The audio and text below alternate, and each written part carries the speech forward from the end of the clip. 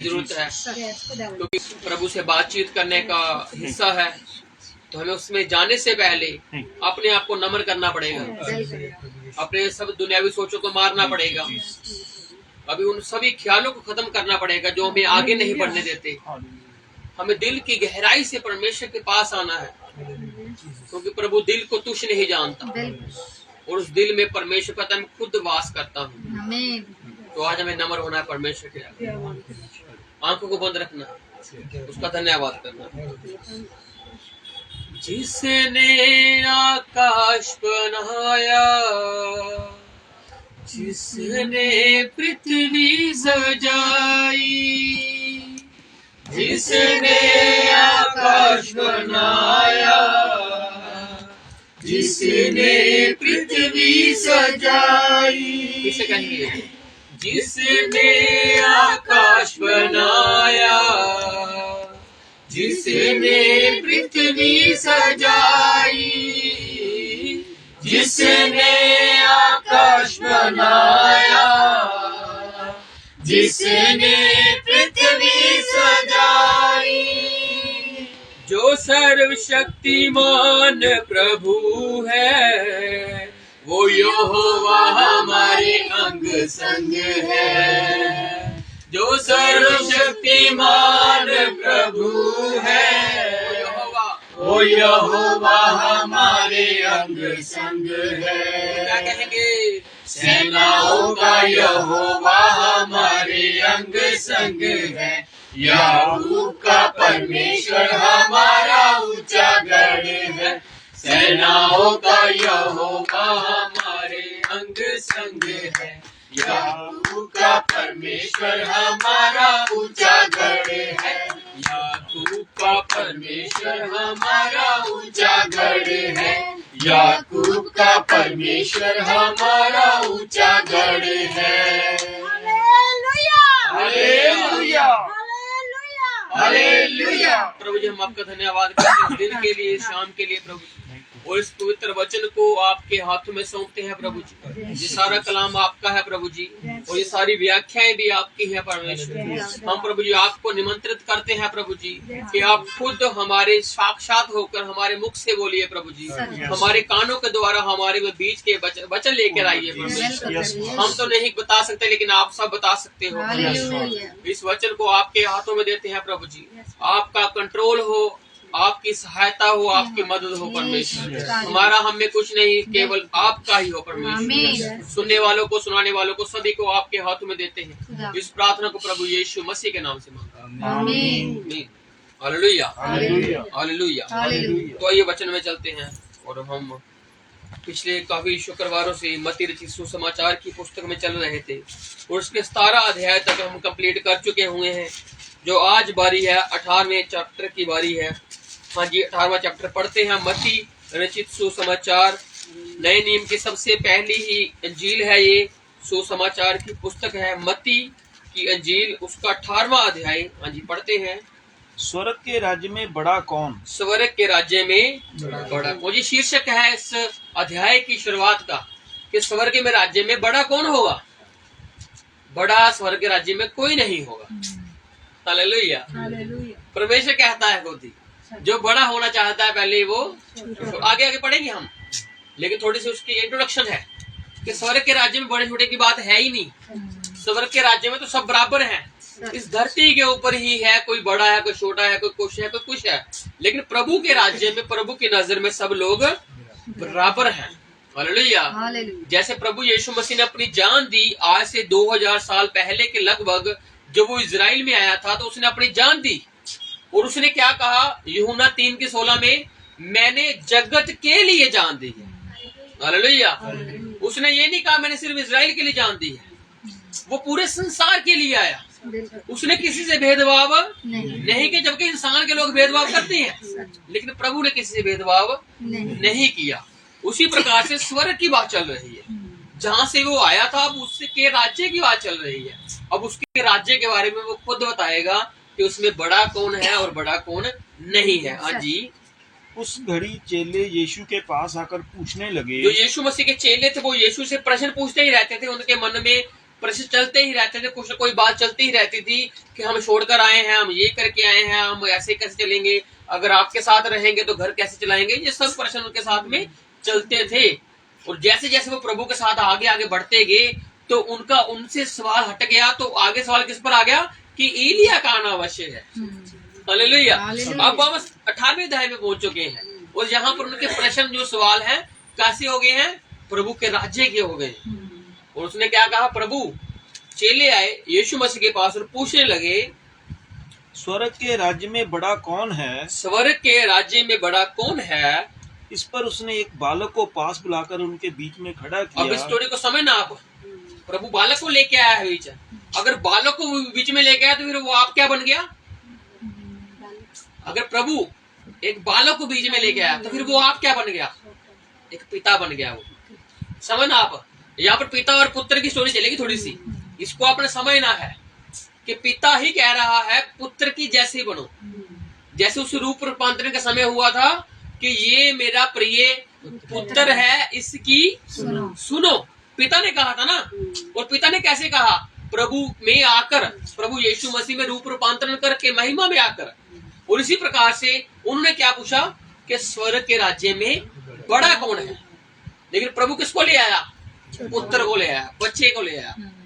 कैसे बन के? पिता बन के। अब एक पिता कह रहा है उस बच्चे के समान बनो। हालेलुया। कहते हैं ना कहीं बच्चों को कंपैरिजन करते हो, कहते हैं यार मेरे बच्चे के जैसे बनो, उसके जैसा बनो। कई माँ बाप कहते हैं कई बच्चों को, उसको देखा तूने उसका बच्चा कैसा है। अब प्रभु एक बच्चे को ले आया और आपने समझना है वो पिता बन गया है, और जो पुत्र है वो प्रभु यीशु मसीह अपने आप को दर्शा रहा है, क्योंकि उसने कहा है मनुष्य का पुत्र, और वो अपने आप को ही पुत्र कहता है। अब उससे प्रश्न किया गया कि बड़ा कौन है, तो उसने क्या किया? इस पर उसने एक बालक को पास बुलाया और उनके बीच खड़ा कर दिया। उनके जैसे घेरा बना हुआ है और उनके बीच में उस बच्चे को खड़ा कर दिया और कहा मैं तुमसे सच कहता हूँ। अब पिता सच कह रहा है। अब इस बात को समझना, पिता जो है प्रभु यीशु मसीह जो है, जो पिता की महिमा में ही थे, जो कहते हैं मैं और पिता एक ही हैं, अब वो ही कह रहे हैं कि मैं तुमसे सच कहता हूँ कि जब तक तुम ना फिरो और बालकों के समान ना बनो। हालेलुया। अब फिरना किससे है? हमने अपने समझदारियों से। जो समझदारी हमने बहुत ज्यादा पाल ली अपने दिल में ही कि हम ज्यादा समझदार हैं, हम बहुत ज्ञानवान हैं। क्यों? क्योंकि ये समझदारी यहाँ पर रह जाएंगी, ये ज्ञानवान सब यहाँ पर रह जाएगा, लेकिन साथ में क्या जाएगा? एक स्वभाव। किसका स्वभाव?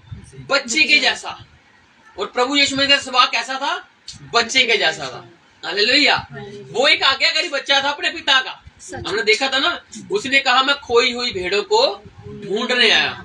कैसे? पिता ने कहा और पुत्र चल दिया, एक बच्चे के समान। और जब वो बड़ा भी हो गया तब भी वो कहता रहा कि मैं पिता की ही आज्ञा को पूरा करने आया हूँ। तो उसने कब क्या कहा? अब हमें मुड़ना है, किसी चीज से मुड़ना है, फिर ही हम प्रभु यीशु मसीह के जैसे बन सकते हैं, पुत्र के जैसे बन सकते हैं। क्योंकि प्रभु ने बीच में क्या खड़ा कर दिया?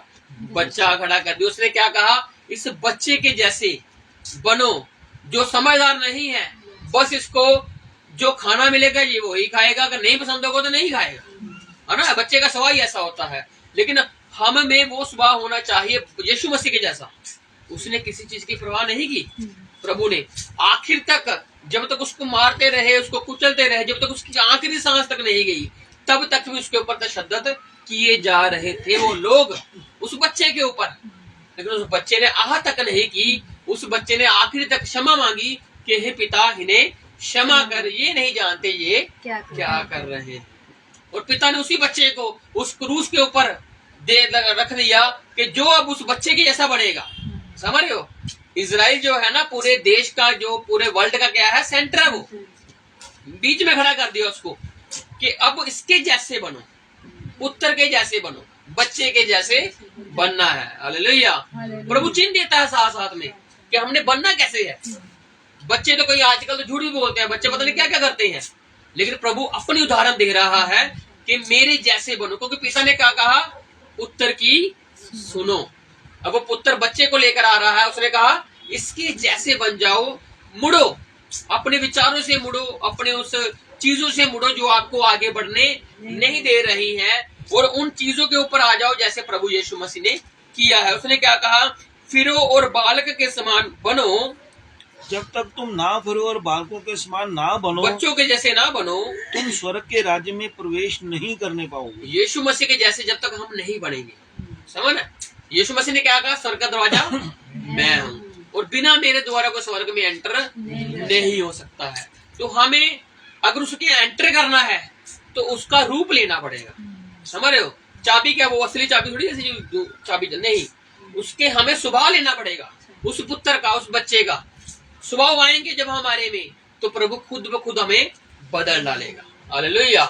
इसलिए हमारे में प्रभु यीशु मसीह का स्वभाव होना जरूरी है, क्योंकि वो हमारा पिता है और हम उसके बच्चे हैं। यूहन्ना 1:12 कहती है कि जितनों ने उसे ग्रहण कर लिया वो उसकी संतान बन गए।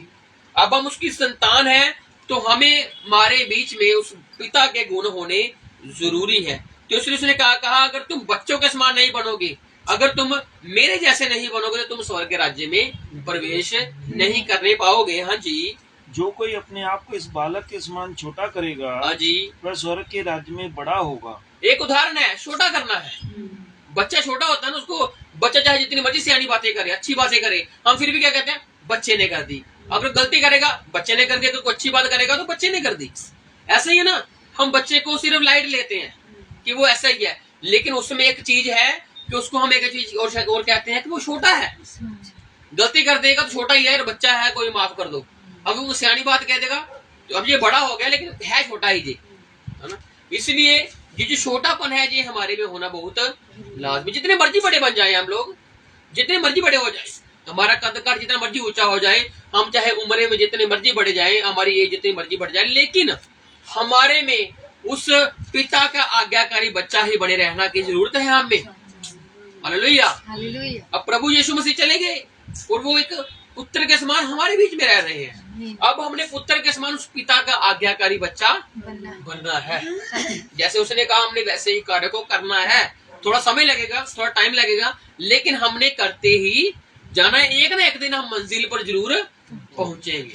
हालेलुया। इसलिए उस मंजिल तक जाने के लिए रास्ते में रुकावटें, परेशानियां, दुख दर्द आएंगे, लेकिन हमें आज्ञाकारी बच्चे के समान आगे बढ़ते ही रहना है। हालेलुया। तो इसीलिए उसने क्या कहा कि बच्चों के जैसे छोटे बन जाओ। छोटे बनना जरूरी है, स्वभाव का चेंज होना जरूरी है। हाँ जी। वह स्वर्ग में के राज्य में बड़ा होगा। जो कोई छोटा होगा वो ही बड़ा होगा। अगर हमने यहाँ पर ही बड़ा बन गए अपने आप में, जब लोगों को बताते हैं कि हम बड़े हैं, तो फिर उसके राज्य में हम क्या करेंगे, प्रवेश करना हमारा कठिन हो जाएगा। इसलिए नम्रता पूर्वक जब हम रहेंगे, दिल हमारा हलीम रहेगा, हर एक के प्रति हमारे दिल में प्रेम होगा, तो क्या होगा, फिर हम छोटे होंगे यहाँ पर, लोगों के साथ हमारा बर्ताव अच्छा होगा, और प्रभु ऊपर देखने में खुश होगा कि ये बच्चा मेरे लिए तैयार हो रहा है। तो इसलिए उसने कहा अगर छोटे बनोगे तभी बड़े किए जाओगे। चेलों का सवाल है ना यहाँ पर कि प्रभु जी बड़ा कौन होगा, तो प्रभु ने क्या कहा, जो छोटा होगा वो ही बड़ा होगा। जो बड़ा होगा वो छोटा नहीं हो सकता, वो बड़ा ही रहने वाला है अपने वाला।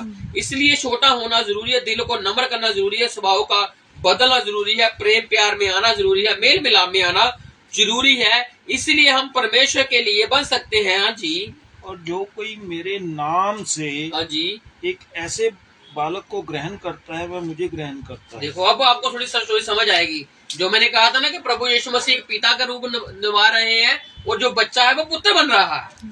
अब उसने क्या कहा, जो कोई लिखा ना, जो कोई मेरे नाम से मतलब उस पुत्र को ग्रहण करना। प्रभु का नाम पुत्र आ गया ना, पिता पुत्र में आ गया, और उसने क्या कहा महिमा में कि ये मेरा प्रिय पुत्र है। अब जब हम जो लोग बैठे हुए हैं इस बात को समझना, हम प्रभु के बच्चे हैं, और कोई जब हमें प्रभु के नाम से ग्रहण करेगा तो वो प्रभु को ग्रहण करेगा। हालेलुया। पिछली बार हमने जाना था ना, काफी पहले की बात होगी ये, कि प्रभु ने क्या कहा, इंसानों को ग्रहण करना है। लिखा ना एक जगह पे कि इंसानों को ग्रहण करोगे तो तुम मुझे ग्रहण कर रहे हो। सचमुच। अगर तुमने इंसानों को नहीं ग्रहण किया तो तुम मुझे कैसे ग्रहण करो, क्योंकि मैं इंसानों में बसता हूँ। हालेलुया। प्रभु ने कहा है कि मंदिर है मेरा इंसान, सच। अब मैं उसमें बसता हूँ। अगर हमने उस मंदिर को, उस परमेश्वर के जन को इज्जत या उसको कुछ संभाला ही नहीं, उसका प्रेम प्यार उसे किया ही नहीं, तो हम प्रभु को ग्रहण कैसे कर सकते हैं? क्योंकि जो प्रभु का मेल मिलाप है वो इंसानों के बीच में से ही होता है। प्रभु खुद इंसानों के बीच में से होकर बातचीत करता है, तो हमें हर एक इंसान से प्रेम प्यार से बात करनी जरूरी है। कठिन है लेकिन करना है। ये कठिन प्रभु जब आएगा ना आप में, तो ये कठिन सरल हो जाएगा। हालेलुया। आपको लगता है कठिन है, क्यों? क्योंकि हम एक इंसानी है और हम एक मिट्टी के शरीर भी हैं। लेकिन इस बात को भूलना मत कि इस मिट्टी के शरीर में ही प्रभु ने आपको बचा के रखा हुआ है।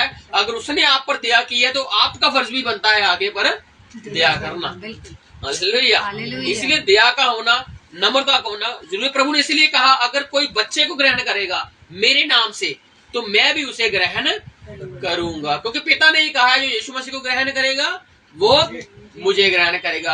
अब जिसने यीशु मसीह के आगे चुने हुए लोगों को ग्रहण कर लिया, उसने यीशु मसीह को ग्रहण कर लिया। क्योंकि यीशु मसीह को अगर मिलना है तो आप इंसानों में से होकर जाइए। अगर आप पिता को मिलना चाहते हो तो फिर यीशु मसीह के जरिए ही आपको पिता मिल सकता है। तो पढ़ के आए हैं हम, पीछे देख के आए हैं, प्रभु ने क्या कहा, पिता ने क्या कहा, मैं पुत्र में से ही होकर प्रकट हो सकता हूँ। हालेलुया। और पुत्र हमारे बीच में से प्रकट हो सकता है। ये एक चेन सिस्टम है, हमारे बीच में से यीशु मसीह के बाद पिता, और ऐसे ही हम एक चेन सिस्टम में उस पिता से मिलते हैं। लेकिन पहले ग्रहण को बना है, इंसानों को ग्रहण करना पड़ेगा। अगर इंसानों से प्रेम प्यार नहीं तो हम प्रभु से दावों को झूठे कर सकते हैं, ऐसे मुंह से कह सकते हैं लेकिन दिल से उसके इनकारी होंगे। फिर वचन में लिखा हुआ है कि हम को प्रभु से प्रेम करना है, दिल से, जान से, अपनी आत्मा से। हाँ जी, आगे। पाप करने की परीक्षाएं, पाप करने की परीक्षाएं, पर जो कोई इन छोटों में से मुझ पर विश्वास करते हैं, हाँ जी, एक को ठोकर खिलाए, हाँ जी, उसके लिए भला होता कि बड़ी चक्की का पाट उसके गले में लटकाया जाता जी और वह गहरे समुद्र में डुबोया जाता। अब प्रभु ने क्या कहा, जी छोटों में से, उन्हीं छोटों की बात चल रही है, उसी के दरमियान बातचीत चल रही है कि अगर तुम छोटों को इज्जत नहीं देते और वो तुम्हारे करके चर्च में से आना बंद हो जाते हैं, इसको हम ऐसे लेंगे, वो चर्च में नहीं आ रहे, वो प्रभु के पास आना चाहते थे, लेकिन आपके ही कुछ कामों की वजह से या आपके कुछ रवैये की वजह से वो चर्च से या परमेश्वर से दूर हो गए, तो फिर दुविधा किसके लिए है? उस इंसान के लिए जिसने उसको प्रभु से दूर कर दिया।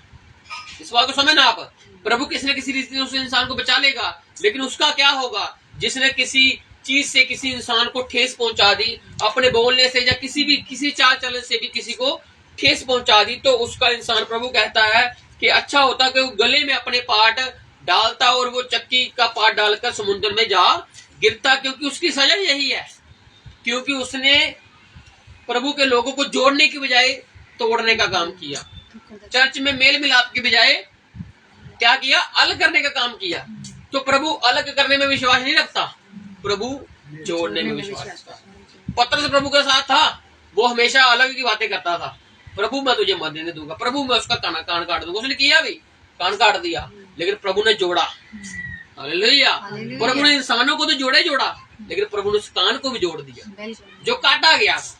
इसलिए प्रभु टूटने में, तोड़ने में विश्वास रखता ही नहीं है। इसलिए वो एक जगह ये भी कहता है कि जिसको मैंने जोड़ दिया है, अब पति पत्नी की बात है, जिसको मैंने जोड़ दिया है उसको कोई इंसान अलग ना करे। हालेलुया। देखो प्रभु की बातें हैं, प्रभु जोड़ने में ही विश्वास रखता है, प्रभु एक साथ रहने में ही विश्वास रखता है, क्योंकि प्रभु को मालूम है अगर एक कमजोर होगा तो दूसरा उसको तगड़ा कर देगा, अगर कोई एक ढीला पड़ेगा तो दूसरा उसको हिम्मत दे देगा। इसलिए प्रभु ने कहा है कि जोड़ने में विश्वास रखो, एकता में विश्वास रखो, यूनिटी में विश्वास रखो।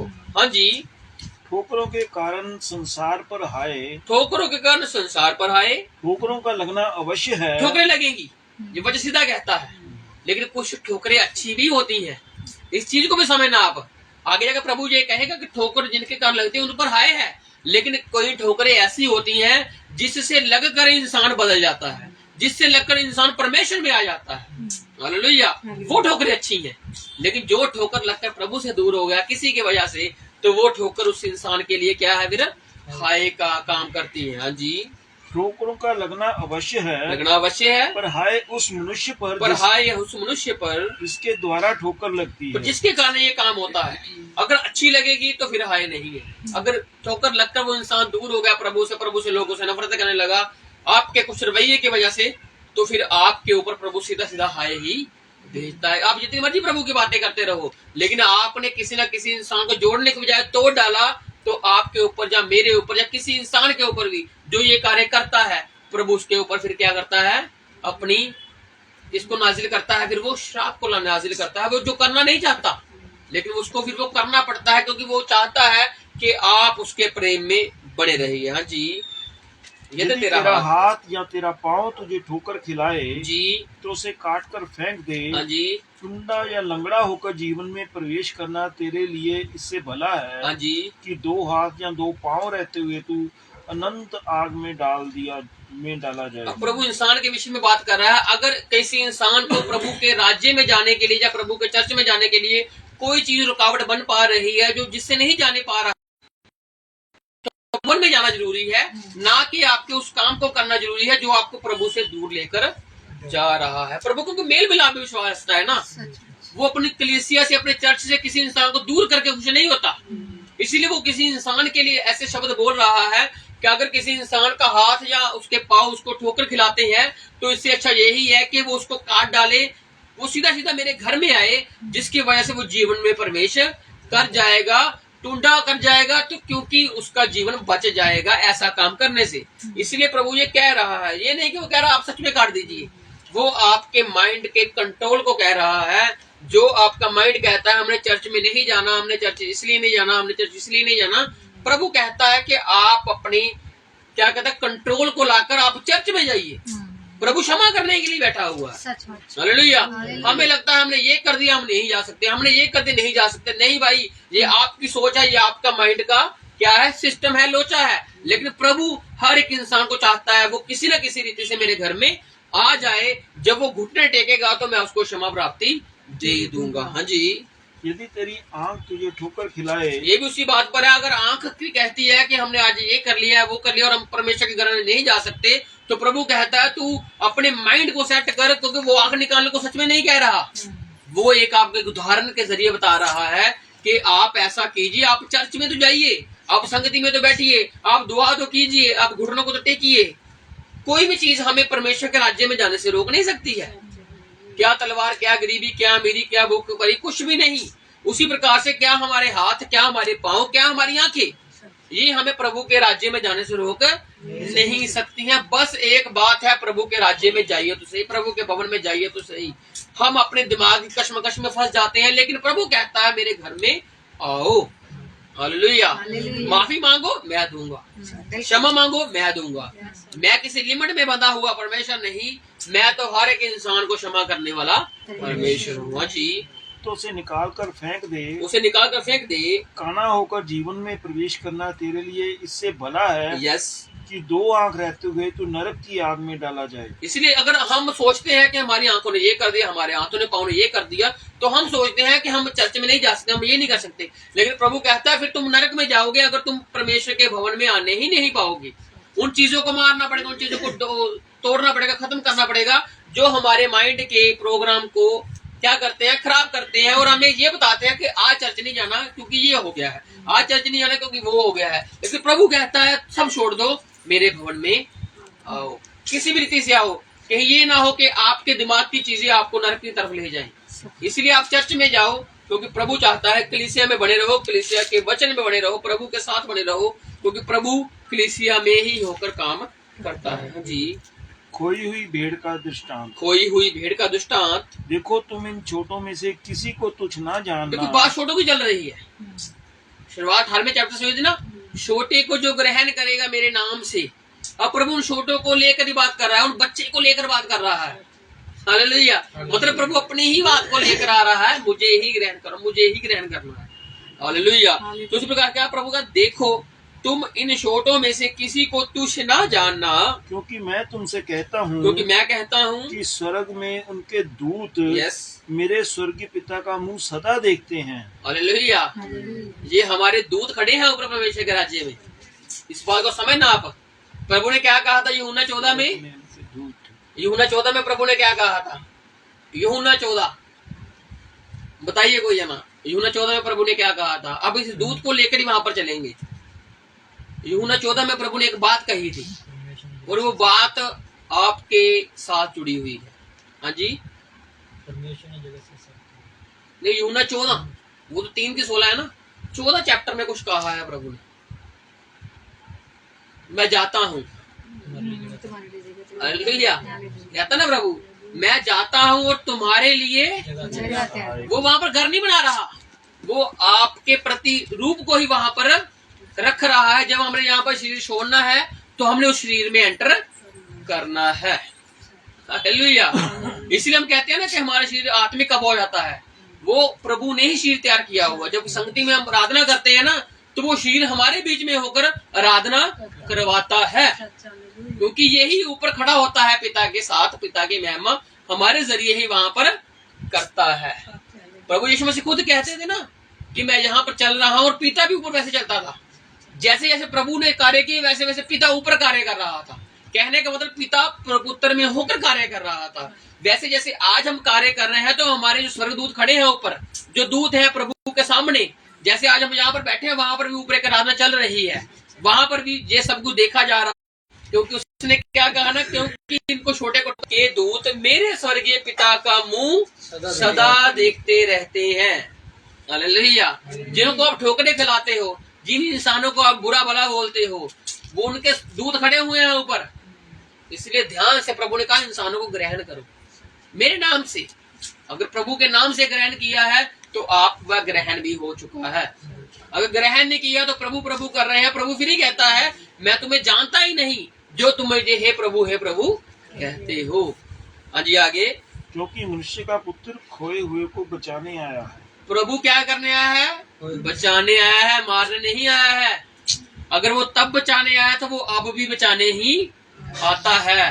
वो किसी को दंड देने नहीं आता, किसी को मारने नहीं आता, बल्कि हर एक को बचाने आता है, क्योंकि बचने का ही समय है। संसार तो मारने के लिए बैठा हुआ है, लेकिन प्रभु क्या हुआ है? बचाने के लिए बैठा हुआ। इसलिए उसने क्या कहा? मनुष्य का पुत्र बचाने के लिए, जो खोए हुए हैं उनको बचाने के लिए आया है। यस आगे। तुम क्या सोचते हो? तुम क्या सोचते हो? यदि किसी मनुष्य की 100 भेड़ें हो। अब प्रभु उनसे पूछ रहा है, चेलों से, कि अब तुम मुझे बताओ तुम क्या सोचते हो। अगर तुम्हारे पास 100 भेड़ें हो, मेरे पास 100 भेड़ें होगी, तो मैं बताऊंगा मैं क्या करूंगा। अब मैं तुमसे पूछता हूँ तुम क्या करोगे? हाँ जी। और उनमें से एक भटक जाए तो क्या वह 99 को छोड़कर और पहाड़ों पर जाकर उस भटकी हुई को ना ढूंढेगा? प्रभु ने प्रश्न रख दिया आगे, क्वेश्चन मार्क है कि अब तुम मुझे बताओ किसी इंसान के पास अगर 100 भेड़ें होगी तो उसमें से एक खो गई, तो वो एक को ढूंढेगा जब 99 के पास रहेगा। अगर हम सोचेंगे तो हम कहेंगे कोई बात नहीं, एक ही खोई है, 99 में तुम्हारे पास ही है ना, अब कौन इतनी खज्जल खुआरी करे, कौन उसके पीछे जाए, कौन उसको ढूंढे। ये हमारी सोच, ये इंसान की सोच, और वो चेलों की भी सोच हो सकती है।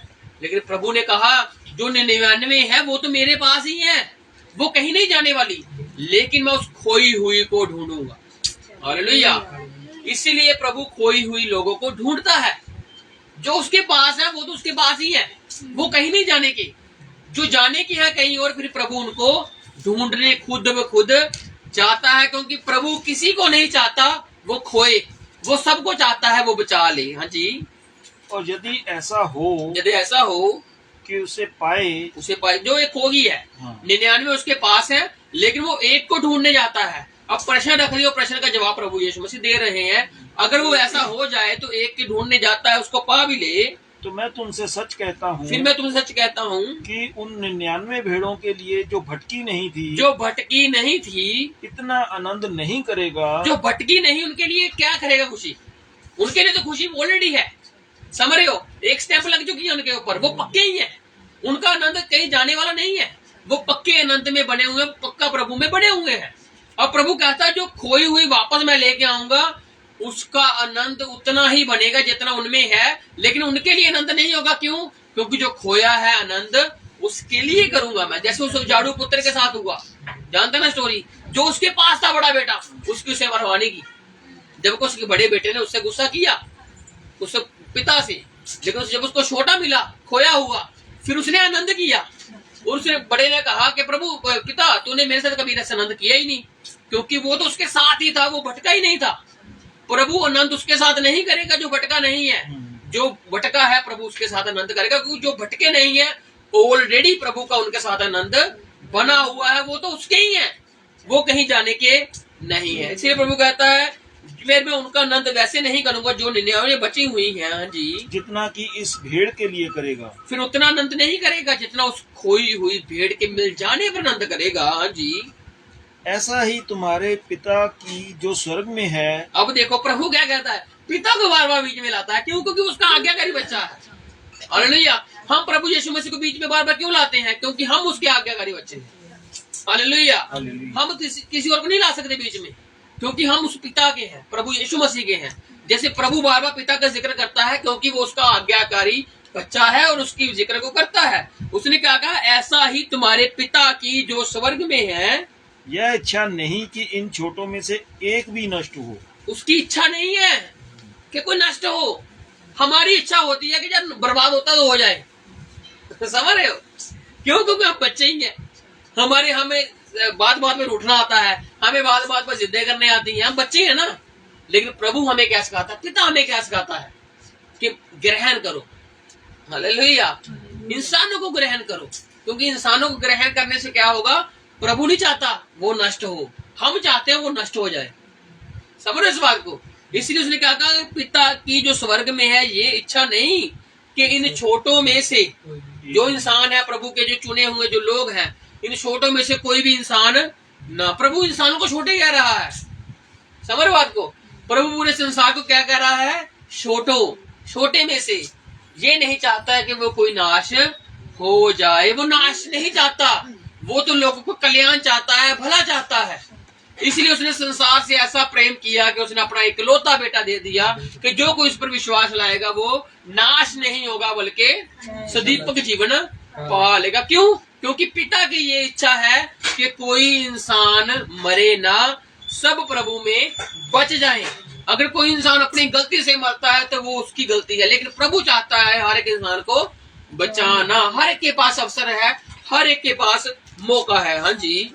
अपराधियों के प्रति व्यवहार, यदि तेरा भाई तेरे विरुद्ध अपराध करे। अब ये अपराधी, देखो प्रभु साथ साथ में इंसान को एक दुनियावी रीति से भी सिखाता है कि आप लोगों ने दुनियावी रीति में रहना कैसे है, जीना कैसे है। अब यदि तेरा भाई, अब इस भाई के विषय में जानते हैं प्रभु बहुत कुछ कहता है कई भाइयों के विषय में। अगर तेरे भाई से कोई तेरा वैर विरोध है तो उससे पहले क्षमा मांग, फिर मेरे पास आ। हालेलुया।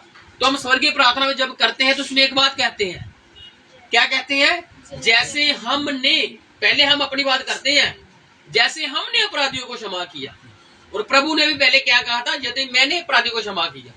फिर वैसे हम भी कहते हैं कि प्रभु जैसे हमने अपराधियों को क्षमा किया वैसे ही तू भी हमारे अपराधों को क्षमा कर। पहले हम कहते हैं हम करेंगे, फिर वो प्रभु करेगा। ये चेन सिस्टम है। हम नहीं करेंगे तो फिर उससे आस कैसे लगाएंगे? उससे आस लगाने का कोई फायदा है नहीं फिर। लेकिन पहले हमें क्षमा करना पड़ेगा। इसलिए कहता प्रभु, यदि तेरा भाई तेरे विरुद्ध अपराध करे, इसमें बहन भी आ जाती है। ये नहीं अगर भाई लिखा है तो भाई ही है, इसमें आप बहन को भी ऐड कर सकते हो, क्योंकि यही दो जेंडर हैं, मेल और फीमेल। यदि तेरा भाई, हाँ जी, कोई अपराध करे, विरोध करे, तो जा और अकेले में बातचीत करके उसे समझा। यदि वह तेरी सुने, तो तूने अपने भाई को पा लिया। अगर वो तेरी ही बात से सहमत हो गया, उसको पता लग गया कि हाँ मैंने गलती की है, तो तूने उसको जीत लिया। कैसे? अपने विचारों से, अपने प्रेम से। ये आपस की बातचीत है, लेकिन उसके बाद बात है। हाँ जी, आगे। और यदि वह ना सुने, तो 1 या 2 जन को अपने साथ और ले जा, कि हर एक बात 2 या 3 गवाहों के मुंह से निश्चित की जाए। अगर वो तेरी बात नहीं मानता तो तू 2-3 लोगों को साथ ले जा। समझाना प्यार से ही है, कोई गाली गलौज नहीं, कोई नफरत नहीं, कोई वैर विरोध नहीं, सिर्फ प्रेम से ही सब कुछ करना है। आपसे मान गया ठीक है, तो 2-3 लोगों को साथ में ले जाओ। वो फिर भी नहीं माने तो फिर क्या करना है? यदि वह उनकी भी ना माने तो कलीसिया से कह दे, फिर कलीसिया के लोगों से कह दे। परंतु यदि वह कलीसिया की भी ना माने, फिर अगर वो उनकी भी नहीं माने, तो तू उसे अन्य जाति और महसूल लेने वाले जैसा जान। फिर उसको तू छोड़ दे उसके हाल के ऊपर, समझ रहे हो। और इस बात में ये बात तो पक्की है कि इंसान किसी इंसान की बात जल्दी समझ लाता है। अगर वो नहीं समझता है तो हम ज्यादा उसके ऊपर दोष आरोपण नहीं करते, क्योंकि हमको मालूम है जो असली बदलाव करना है इंसान नहीं कर सकते किसी का बदलाव। प्रभु की आज्ञा जरूर है कि अपराधियों के विषय में ये चीज करनी है, पहले खुद समझाओ, फिर 2-3 लोगों के जरिए समझाओ, फिर कलीसिया के जरिए समझाओ। लेकिन मैं तो आज ये कहता हूँ प्रभु के वचन के वसीले से ही कि जितना वो प्रभु के वचन से समझेगा इंसान, वो किसी इंसान से नहीं समझ सकता। समझ रहे बात को। प्रभु ने ये बात जरूर कही है और इस बातों में कई लोग समझ भी जाते हैं, इसमें कोई दो राय है नहीं। लेकिन अगर जो असली बदलावट है, जो असली चेंज है, वो इस वचन के जरिए ही आएगा। हालेलुया। हमारा सच्चा सहायक जो है, हमारा जो पिता है, वो प्रभु यीशु मसीह है। उसके कलाम से ही हम ज्यादा बदल सकते हैं, क्योंकि हम इंसानों की बातों को लाइट लेते हैं और हम किसी इंसान को ज्यादा समझते हैं नहीं। इसीलिए प्रभु ने कहा बच्चों के जैसे बन जाओ और चुपचाप हर चीज को सह लो। हालेलुया। तो इसलिए हमने इस वचन के जरिए सीखना है। अगर कोई भाई किसी बहन को समझाता है, किसी को भी कुछ बात अच्छी लगती है तो अच्छी बात है, लेकिन वो 2-3 लोगों को लेकर नहीं आता फिर आपके पास, फिर वो कलीसिया में बात नहीं करता आपकी। अगर वो कर रहा है तो वो पाठ बांटने की बातें कर रहा है। अगर वो आपको समझाने के विषय में ही आपको साथ कर रहा है तो वो अच्छी बात कर रहा है, वो आपको जोड़ने की बात कर रहा है। हालेलुया। अगर ये बात प्रभु बात कर रहा है तो तोड़ने की बात नहीं है, ये भी किसी इंसान को वापस लाने की बात है। अगर उसने कोई पाप किया है, अपराध किया है आपके विरोध में, इसलिए प्रभु कहता है कि उसको वापस ले आओ। अगर वो नहीं कहता तो फिर उसको अन्य जाति समझो, फिर उसको महसूल लेने वाला ही समझो। ऐसा ही जानो कि उसका स्वभाव ही ऐसा है, वो बदलने वाला है नहीं। हाँ जी।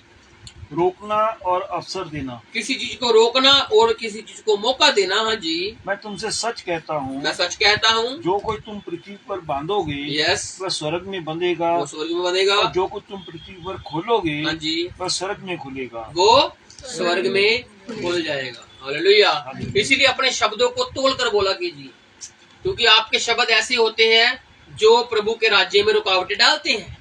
इसलिए प्रभु ने क्या कहा है, जो इसलिए इसका शीर्षक क्या है, रोकना और अवसर देना। किसी चीज की रोकना और किसी चीज को अवसर देना। मैं तुमसे सच कहता हूँ, जो कुछ तुम पृथ्वी पर बांध दोगे वह स्वर्ग में बंधेगा, और जो कुछ तुम पृथ्वी पर खोलोगे वह स्वर्ग में खुलेगा। और पृथ्वी पर खोलते क्या है? प्रभु की बातें, प्रभु का जीवन की बातें, और वो प्रभु ने स्वर्ग में ऑलरेडी ही खोली हुई है हमारे लिए कि तुम मुझे स्वर्ग की बातें बोल रहे हो। इसलिए बांधना क्या है, खोलना क्या है, आपको पता होना चाहिए। आपको चीज का पता होना चाहिए कि हम किस चीज को बांध रहे हैं, क्योंकि बांधना भी आपको आना चाहिए और प्रभु की बातों को खोलना भी आपको आना चाहिए। हालेलुया। तो आगे क्या है? हाँ जी। फिर मैं तुमसे कहता हूँ, यदि तुम में से 2 जन पृथ्वी पर किसी बात के लिए एक मन होकर उसे मांगे, हाँ जी, तो वह मेरे पिता की ओर से जो स्वर्ग में है उनके लिए हो जाएगी। अब देखो, जो ऊपरली बात है वो नीचे वाली बात से जुड़ रही है। कोई इंसान कहाँ पर मांगेंगे? वो 2-3 इंसान है जो कहाँ पर मांगेंगे? पृथ्वी पर। और ऊपर से कौन देगा? कौन ऊपर बैठा? स्वर्ग में। स्वर्ग में पिता बैठा है। वो क्या करेगा? वो उस चीज को पूरा करेगा, आपके एक मन को देखकर, आपके एक विश्वास को देखकर, आपके प्रेम को देखकर। स्वर्ग में धरती पर मांगोगे, स्वर्ग से मिलेगा। हालेलुया। इसलिए मांगना आना चाहिए। प्रभु खुद कहता है, मांगो तो तुम्हें दिया जाएगा। और एक तरफ कहता है, मांगते हो लेकिन मिलता नहीं है, क्योंकि तुम अविश्वास से मांगते हो। क्यों? क्योंकि इंसानों को हम ग्रहण नहीं करते और पिता से मांगते हैं। और पिता कहता है, तुमने इंसानों को ग्रहण नहीं किया तो फिर मैं तुम्हें कैसे ग्रहण करने पाऊंगा? हालेलुया। ये बहुत बड़ा लॉजिक है। हमें प्रभु के लोगों से प्रेम करना है, फिर प्रभु से प्रेम हमारा सच्चे बन जाएगा। आगे पढ़ते हैं। हाँ जी। और क्योंकि जहाँ 2 या 3 मेरे नाम पर इकट्ठा होते हैं, हाँ जी, वहाँ मैं उनके बीच में होता हूँ। वो स्वर्ग का परमेश्वर ही हमारे बीच में आ जाता है जब हम उसकी बातें करते हैं। हालेलुया। जिसने कहा है मैं बांधूंगा खोलूंगा, वो खुद ही आ जाता है देखने के लिए आप बांध क्या रहे हो, खोल क्या रहे हो। इसलिए उसने कहा 2 या 3 लोग जहाँ पर इकट्ठे होंगे वहां पर मैं आ जाऊंगा। क्यों? क्योंकि आपकी बातों को पूरा भी तो करना है, आपके साथ बातचीत भी तो करनी है, आपको विश्वास में भी तो लाना है। इसलिए उसने कहा है, जहां मुझे बुलाओगे मैं वहां पर उतर आऊंगा। हाँ जी। निर्दयी सेवक का दृष्टांत। अब इसको पढ़ते हैं। हाँ जी, निर्दयी सेवक का दृष्टांत। तब पतरस ने पास आकर उससे कहा, पतरस, देखो पतरस आया है। हाँ जी, हे प्रभु, यदि मेरा भाई अपराध करता रहे तो मैं कितनी बार उसे क्षमा करूं? देखो सारी बात उसी पर आधारित है। ऊपर पढ़ गया है ना हम कि अगर मेरा भाई मेरे विरुद्ध पाप करे तो मैं क्या करूं? प्रभु ने बताया ऐसा ऐसा कर, ऐसा ऐसा कर। अब उसने कहा कि प्रभु मैं तुझसे पूछता हूँ किससे आगे। हालेलुया। प्रभु ऊपर लिमिट तो बता ही नहीं रहा, अब यहाँ पर भी लिमिट की बात आएगी नहीं। पहले पतरस देखते क्या कहता है। प्रभु ने, पतरस ने क्या कहा, अगर मेरा भाई मेरे विरुद्ध पाप करता रहे तो मैं कितनी बार एक दायरा लेके आया है ये प्रभु के आगे। प्रभु व्यवस्था तो ये कहती है कि इतनी बार तक ही हम क्षमा कर सकते हैं। हाँ जी, क्या 7 बार तक? 7 बार। देखो जानता है ये, पहले पूछा कितनी बार तक, फिर इसने बताया 7 बार तक, क्योंकि 7 बार तो लिखा हुआ है। अब तू बातें भी ऊपर से, उपदेश भी यही कर रहा है, तेरा भाई अपराध करे, ये हो वो हो, तुम इकट्ठे होकर प्रार्थना करोगे तो मैं वहां पर आ जाऊंगा, 2 या 3 लोग आ जाएंगे। अब वो कह रहा है 2-3 लोग तो आ जाएंगे, लेकिन मैं अपने भाई को माफ ही नहीं किया अभी तक। पतरस के मन के विचार कि 2-3 तो हम एक मनो के विश्वास में प्रार्थना करेंगे, लेकिन मेरा भाई के प्रति जो मेरा कोई भाई होगा उसमें से मैं उसके साथ प्रार्थना नहीं करूंगा। क्यों? क्योंकि मेरा मन नहीं मिलता उससे। पतरस के विचार है कि मेरा उससे मन नहीं मिलता, मैं उससे प्रार्थना नहीं करूंगा। लेकिन फिर वो अपने सवाल को सही करने के लिए उस प्रभु के पास आया, और प्रभु देखना उसको कैसे दृष्टांत देता है बड़ा सा, आपने पढ़ा हुआ है और हम इसको देखते जाएंगे। हाँ जी, यीशु ने उससे कहा, मैं तुझसे यह नहीं कहता कि 7 बार तक। मैं नहीं कहता, हालेलुया, जबकि प्रभु ने ही पहले कहा है 7 बार। यहोवा परमेश्वर ने ही मूसा को कहा 7 बार तक, है ना, तेरा भाई पाप करे माफ करना उसको। अब प्रभु कहता मैं नहीं कहता 7 बार तक, बल्कि 7 बार के 70 गुणे। 7 के 70 गुणे। हालेलुया। अब प्रभु ने पतरस का मन जांच लिया, मन पढ़ लिया। अगर ये 7 को लेकर चल रहा है तो ये 70 को भी लेकर चलेगा। गिनती इसके माइंड में है, कैलकुलेशन में ये पूरा है।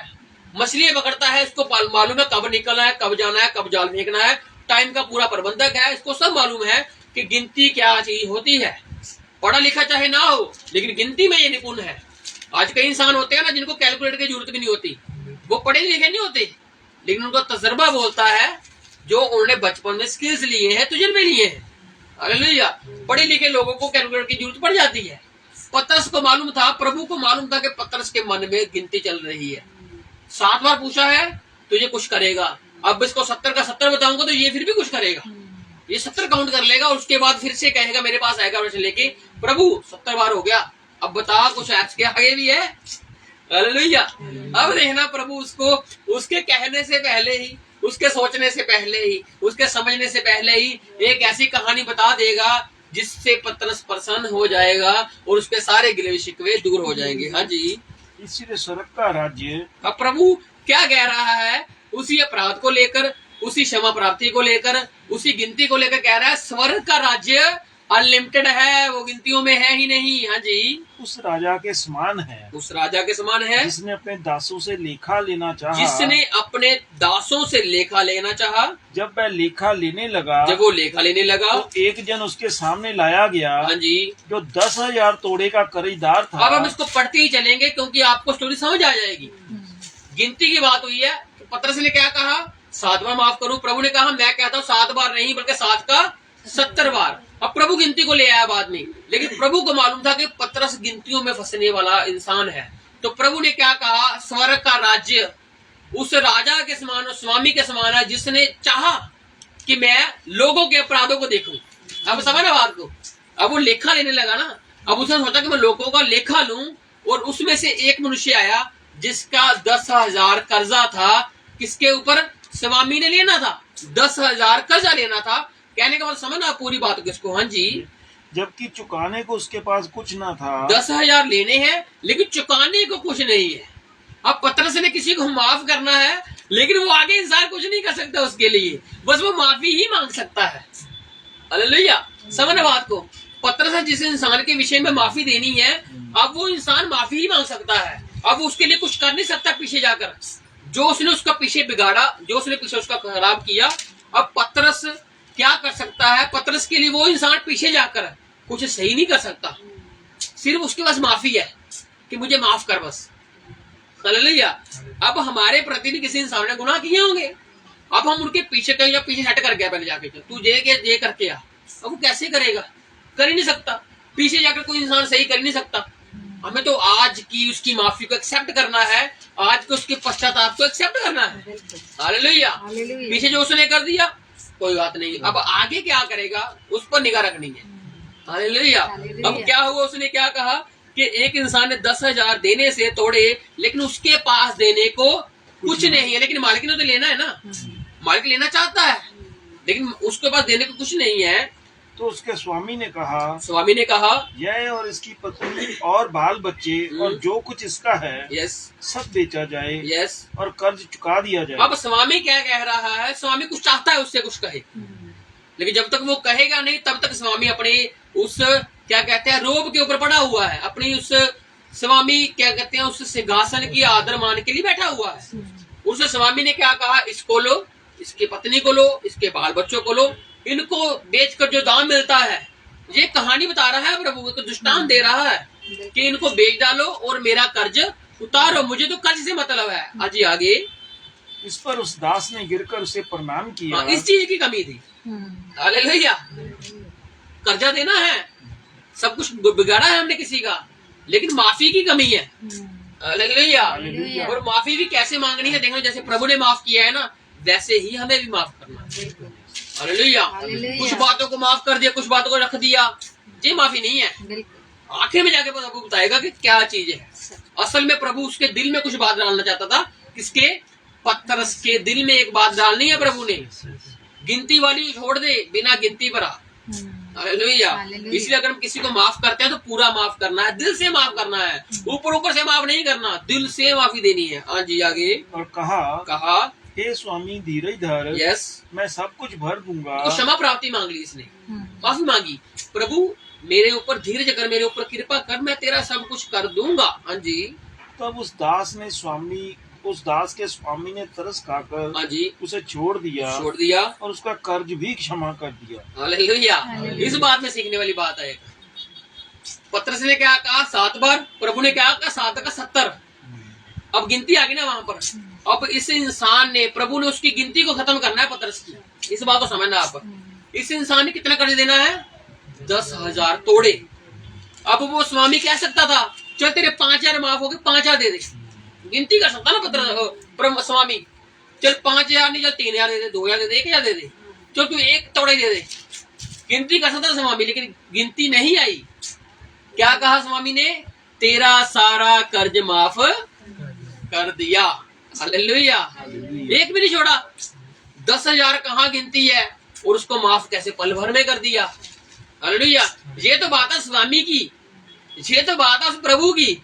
अब जिसका माफ हुआ है इसका स्वभाव देखना आगे। हाँ जी। परंतु जब वह दास बाहर निकला, अब जिसका माफ हुआ है सारा का सारा, इसने किसी से लेना है 100, लेकिन देना कितना था? 10,000। समझना बात को। हालेलुया। अब गिनती में प्रभु नहीं डालता आपको, किसी को क्षमा कितनी गिनती तक करनी है, वो गिनती प्रभु डालता ही नहीं है। इसलिए इस इंसान का माफ हुआ 10,000, पूरा का पूरा माफ कर दिया। किसने? उसके स्वामी ने। अब ये भी स्वामी है किसी दास का। अब इसके आगे एक दास है बंदा, उसने इसका देना है 100 कर्जे देने हैं, 100 तोड़े देने हैं। अब देखना ये इससे कैसे व्यवहार करता है। हाँ जी। तो उसके संगी दासों में से एक उसको मिला। हाँ जी। जो उसके 100 दिनार का कर्जदार था। ये 10,000 का खुद का था, सब माफ करवा के आ गया, पिता ने माफ कर दिया। अब ये इंसान है आगे, और ये पत्थर से ला लो, ये पत्थर से आगे, क्योंकि प्रभु क्या कर रहा है? मैंने तेरा सारा माफ कर दिया। हालेलुया। पत्थर से प्रभु पत्थर को क्या कर रहा है? मैंने तेरा सारा माफ कर दिया। जब तुम मछली पकड़ता था मैं सारा जानता था तेरा क्या चिट्ठा है, मैंने सारा माफ कर दिया। लेकिन अब जब तेरी बारी आई तो तू गिनतियों में बढ़ा हुआ है। हालेलुया। जब प्रभु अपने आप को पतरस को रख रहा है साथ में कि तेरे आगे जिसको तू माफ करना चाहता तेरे से माफ नहीं हो पा रहा बंदा, जब मैंने तेरा माफ करना था सारा माफ किया, अब तू नहीं माफ कर पा रहा। हाँ जी। उसने उसे पकड़कर उसका गला घोंटा। हाँ जी। और कहा जो कुछ तुझ पर कर्ज है भर दे। जब किसके स्वामी ने क्या किया? माफ करने से पहले ये घटना पहले की है। उसने क्या किया, इसके बच्चों को लो, उसकी पत्नी को लो, इसको लो, इसको, उसका गला नहीं पकड़ा, इसको मारा नहीं, इसको पीटा नहीं, कुछ नहीं किया, लेकिन इसने उसको 100 दिनार लेने हैं। और जे उसकी दया भूल गया प्रभु की कि मेरा तो 10,000 माफ हुआ है, अब 100 दिनार माफ करने में मुझे क्या दिक्कत है। हालेलुया। लेकिन उसने उसको बेरहमी से गला पकड़ा, तरस नहीं खाया और उसको कहा मेरा तो कर्जा कब तक नहीं देगा। हाँ जी। इस पर उसका संगी दास गिरकर उससे विनती करने लगा। अब वही बंदा जैसे जे पिछले दृश्य करके आया है, गिर कर आया है, प्रणाम करके आया है, उसी बात को ही उसका आगे जिसने 100 दिनार देने हैं, अब वो भी गिर रहा है आगे बंदा। हाँ जी। धीरे धर मैं सब भर दूंगा। अब इसने भी प्रेम से कहा कि पहले इसने मार खा ली, लेकिन ये जो बंदा है इसने नहीं मार खाई, लेकिन इस इंसान को आगे मारा गया जो विनती कर रहा है। अब मुझे विनती कर रहा है कि मुझे माफ कर, मैं तेरा सब कुछ चुका दूंगा। उसने ना माना, उसने नहीं माना, ये पत्र से माना ही नहीं। समझ रहे बात को, प्रभु से पत्र से बात करने आया ना, प्रभु ने तो पत्र का सारा माफ कर दिया, लेकिन पत्र से नहीं माफ करवा रहा आगे। तो उसने 10,000 सारा माफ कर दिया, और ये आगे 100 चीजों को लेकर बैठा हुआ है। समझ रहे हो कितना, मतलब कि 10,000 का 100 कितना बनता है, 10% बनता है, शायद 10% बनता है कि 1% बनता है, 10%। इसका 100 हो गया, लेकिन 10% पर अड़ा हुआ है। समझ रहे हो, कहाँ 10,000 कहाँ 100, कहाँ प्रभु ने सारा माफ कर दिया, और कहाँ हम आज छोटे छोटे गुनाहों में फंसे हुए हैं और कहते हैं हम नहीं माफ करेंगे, हम नहीं माफ करेंगे।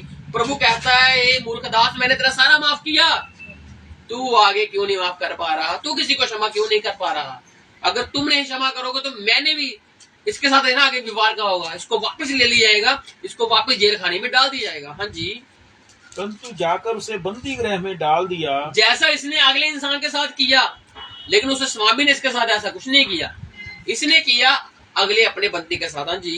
कि जब तक कर्ज भर ना दे, जब तक कर्ज भर ना दे तब तक वहीं रहे, तब तक वही रहेगा। ये उसके संगी दास यह जो हुआ था देखकर बहुत उदास वो बंदे उदास हो गए। क्यों? क्योंकि उसने देखा इसका सारा माफ हो गया, लेकिन ये आगे इसमें दया नहीं है। तो उन्होंने जाकर बता दिया स्वामी को कि तूने तो माफ कर दिया स्वामी उस पर दया करके, लेकिन वो आगे किसी पर दया नहीं कर पा रहा। हमारे ऊपर आज प्रभु ने यीशु मसीह ने दया कर दी है, लेकिन आज अगर हम दया नहीं कर पा रहे तो फिर वो स्वामी हमसे उदास होगा, उसके लोग उदास होंगे, उसका सारा काम उदास हो जाएगा जो उसने पृथ्वी पर रहकर किया है, और फिर वो हमारे लिए एक फतवा जारी करेगा। हाँ जी। और जाकर अपने स्वामी को पूरा हाल बता दिया। उन्होंने जाकर सब कुछ बता दिया वहाँ पर। तब उसके स्वामी ने उसको बुलाकर उससे कहा हे दुष्ट दास, हे दुष्ट दास, तेरे पर दया हुई लेकिन तूने नहीं की। जबकि बनता था कि तेरा 10,000 हुआ है तो तुझे 100 की चिंता करनी ही नहीं चाहिए थी, तुझे माफ ही करना चाहिए था, लेकिन तूने नहीं किया। तो मैं अपने सारे शब्द वापस लेता हूँ और तुझे जेल खाने में डालता हूँ। जैसा तूने उसके साथ किया है वैसा ही मैं तेरे साथ भी करता हूँ। ये स्वर्ग के राज्य की बात है। प्रभु कहता ना स्वर्ग का राज्य उस स्वामी के समान है। अब पतरस को प्रभु बीच में ले आया, इसमें पतरस का सारा माफ, लेकिन पतरस किसी का नहीं माफ कर पा रहा। पतरस के मन में विचार चल रहे हैं उसके प्रति, उसके प्रति, उसके प्रति, किसी के प्रति 10,000, किसी के प्रति 100, किसी के प्रति 50, ऐसे वो गुनाह को लेकर चल रहा है और गिनती को लेकर बैठा हुआ। मैंने उसको 7 बार मेरे बराबर उसने पाप किया, उसने 6 बार कर दिया, उसने 5 बार कर दिया। अब प्रभु कहता है 70 बार। अब तुझे बताता हूँ गिनती छोड़ दे, सब माफ कर दे। हालेलुया। हाँ जी आगे। तूने जो मुझसे विनती की, हाँ जी, तो मैंने तेरा वह पूरा कर्ज क्षमा कर दिया। तूने मुझसे विनती की, मैंने तेरा सारा पूरा का पूरा माफ किया। इसके जैसे मैंने तुझ पर दया की, जैसे मैंने दया की वैसे ही क्या तुझे भी अपने संगी दास पर दया करना नहीं चाहिए था। हालेलुया। प्रभु पतरस को समझा रहा है ये बात कैसे स्वर्ग के राज्य के रूप में कि देख भाई मैंने तेरा सारा माफ किया, अब तुझसे नहीं क्षमा हो पा रहा तो तुझे भी क्षमा करना चाहिए। हाँ जी। और उसके स्वामी ने क्रोध में आकर उसे दंड देने वालों के हाथ में सौंप दिया। फिर उसने दंड दिया, उसको सौंप दिया कि जब तक वह सब कर्ज भर न दे तब तक उनके हाथ में रहे। अब उसके सारे गुनाह वापस आ गए, सब कर्जे वापस आ गए कि इसको सब लेना है। अब कोई क्षमा नहीं करना है। हमारे गुनाह तब तक हमारे आगे खड़े रहते हैं जब तक हम किसी के गुनाहों को माफ नहीं करते हैं, वो तब तक हमारा पीछा नहीं छोड़ते हैं। प्रभु ने सारा माफ किया, हमें भी सारा माफ करना है। किसी का कुछ भी रखना नहीं, हमने किसी का कर्जदार नहीं रहना है। हमने तो प्रभु में सबके साथ प्रेम प्यार करना है, क्योंकि प्रभु ये बताता है। हाँ जी आगे। इसी प्रकार यदि तुम में से हर एक यस अपने भाई को मन से क्षमा ना करेगा। अब प्रभु आ गए ना पता की बात पर, इसलिए मैं तुम्हें कहता तुम सब लोग भाई लोग हो, तुम सब भाई लोग हो। अगर तुम किसी को मन से क्षमा, दिल से क्षमा नहीं करोगे तो मेरा पिता जो स्वर्ग में है, हाँ जी, तुमसे भी वैसा ही करेगा। तुमसे फिर वो वैसा ही करेगा। हालेलुया। इसलिए प्रभु पूरी कहानी बताकर लास्ट में उसका सार बताता है कि पूरी कहानी बताने का मेरा तात्पर्य क्या था, पूरी योजना क्या थी। पतरस को उसने पूरा समझाया। पतरस तब तक नहीं समझा जब तक ये आखिरी वाली बात नहीं है। हालेलुया। हम भी पूरा वचन सुनते हैं, जब पूरे वचन को सुनना जरूरी है, क्योंकि आखिर में जाकर उसका निचोड़ निकलता है कि वचन का तात्पर्य हमें समझाने का है क्या। हालेलुया। पूरी बात पर यकीन करना है, आधी अधूरी बातों पर यकीन नहीं, हवा वाली बातों पर यकीन नहीं करना। जो हवा में ही बातें हैं, उसने तेरे खिलाफ ये कह दिया, जब वो सामने आके कहेगा तब देखना। जब वो सामने ही नहीं आया तो फोन पर बातें, जब ऐसी बातें, ये बातें नहीं है। किसी इंसान के प्रति आप वैसे ही नफरत पाल कर बैठ जाओगे जबकि उसने आपके सामने कुछ कहा ही नहीं या किया ही नहीं, किसी के कहने से ही आपने नफरत पाल ली। लेकिन प्रभु क्या कहता है, अगर कुछ हुआ भी है तो क्षमा करना है। हालेलुया। अगर वो बात सत्य भी हो गई है तो क्षमा करना है, क्योंकि अगर तुम अपने भाई या बहनों को दिल से माफ नहीं करोगे तो जो मेरा पिता स्वर्ग में बैठा हुआ है वो भी तुमको क्षमा फिर नहीं करने का। इसलिए आज जो हमने करना है, प्रभु के साथ बने रहना है। और हम इस 18वें चैप्टर को पूरा पढ़ चुके हैं। अब जो अगली बारी है, अगले शुक्रवार की बारी है, वो 19 चैप्टर को पढ़ने की बारी है।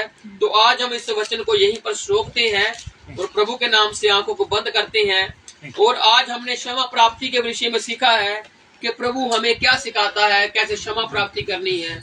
और दिल से ही माफ करना है, गिनतियों में नहीं माफ करना, तोल तोल के माफ नहीं करना है, पूरा का पूरा माफ करना है। जैसे प्रभु ने हमारा कुछ रख छोड़ा नहीं, वैसे भी हमने किसी का रख छोड़ना है नहीं, सभी को दिल से माफी देनी। तो ही आंखों को बंद करते धन्यवाद करते हैं। धन्यवाद, धन्यवाद, धन्यवाद, धन्यवाद। यहोवा मेरा चरवाहा है, कोई कमी मुझे ना है। यहोवा मेरा चरवाहा है, कोई कमी मुझे ना है। यहोवा मेरा चरवाहा है, कोई कमी मुझे ना है। यहोवा मेरा चरवाहा है, कोई कमी मुझे ना है। मेरे साथ यहोवा निस्सी मेरी जंग वो लड़ता है। मेरे साथ यहोवा निस्सी मेरी जंग वो लड़ता है। वो गढ़ मेरा मेरी चट्टान, मुझे खौफ किसी का नहीं। वो गढ़ मेरा मेरी चट्टान, मुझे खौफ किसी का नहीं। वो गढ़ मेरा मेरी चट्टान, मुझे खौफ किसी का नहीं। वो गढ़ मेरा मेरी चट्टान, मुझे खौफ किसी का नहीं। मैं खून खरीदा हूँ, मैं रूह से जन्मा हूँ, जगत की ज्योति हूँ, नमक मैं पृथ्वी का। मैं खून खरीदा हूँ, मैं रूह से जन्मा हूँ, जगत की ज्योति हूँ, नमक मैं पृथ्वी का। मैं खून खरीदा हूँ, मैं रूह से जन्मा हूँ, जगत की ज्योति हूँ, नमक मैं पृथ्वी का। पृथ्वी का, पृथ्वी का।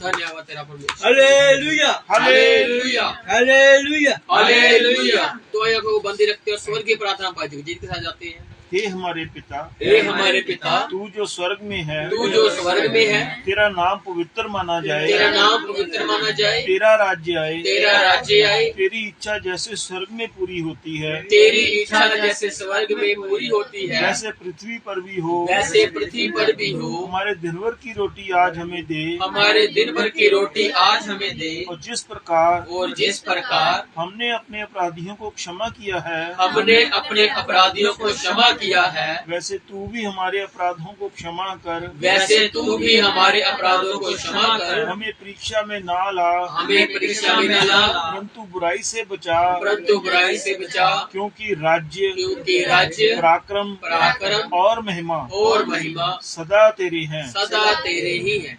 आमीन। आमीन। अब से लेकर हमेशा तक प्रभु यीशु मसीह का प्रेम, उसकी संगति, उसका फजल भरा हाथ हमारे साथ यूं ही बना रहे। आमीन। आमीन। तो हमारा बंदे का समय खत्म होता है।